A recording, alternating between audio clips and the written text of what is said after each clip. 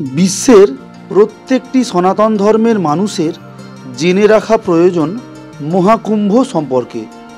তাহলে শুনুন, কুম্ভ শব্দের অর্থ কী, মহাকুম্ভ কী এবং পৃথিবীর সবথেকে বড় হিন্দু সনাতন ধর্মের মেলা কুম্ভ মেলা কেন পালন করা হয়। হিন্দু পৌরাণিক কাহিনী অনুসারে কুম্ভ কথার অর্থ পবিত্র কলস বা কলসি। সেই কলস যা সমুদ্র মন্থনের সময় উঠেছিল এবং তাতে অমৃত ভর্তি ছিল।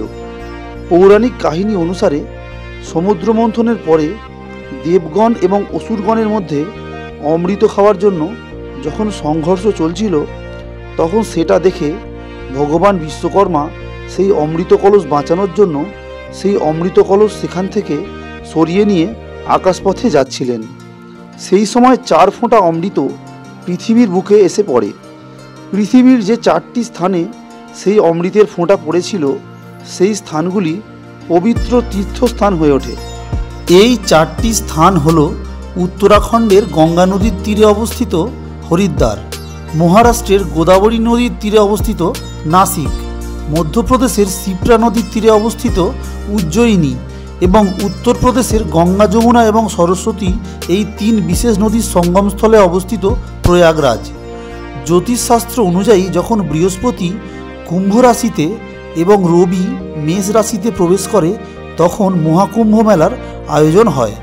মান্যতা আছে, এই বিশেষ মুহূর্তে স্নান করলে সমস্ত পাপ থেকে মুক্ত হয়ে মোক্ষ লাভ করা যায় এবং রোগমুক্ত হওয়া যায়।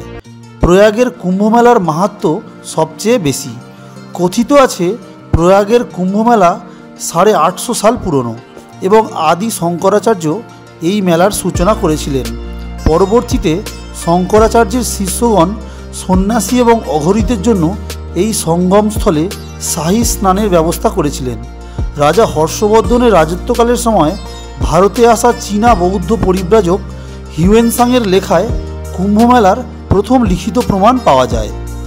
কুম্ভ 3 প্রকারের হয়: অর্ধকুম্ভ, পূর্ণকুম্ভ এবং মহাপূর্ণ কুম্ভ। অর্ধকুম্ভ 6 বছর অন্তর হয়।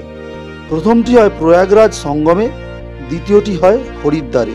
পূর্ণকুম্ভ 12 বছর অন্তর হয় এবং 4টি স্থানে হয়। সেগুলি হল নাসিক, প্রয়াগরাজ সঙ্গম, উজ্জয়িনী এবং হরিদ্বার। মহাপূর্ণ কুম্ভ 144 বছর অন্তর হয়, অর্থাৎ 12টি পূর্ণকুম্ভ সম্পন্ন হবার পরে আসে একটি মহাপূর্ণ কুম্ভ এবং এই মহাপূর্ণ কুম্ভ শুধুমাত্র প্রয়াগরাজেই হয়। এই বছর অর্থাৎ 2025 সালের 13ই জানুয়ারি থেকে 26শে ফেব্রুয়ারি পর্যন্ত যে কুম্ভ আয়োজিত হচ্ছে, সেটা হলো মহাপূর্ণ কুম্ভ। এবার কুম্ভে শাহী স্নান হবে না, হবে অমৃত স্নান।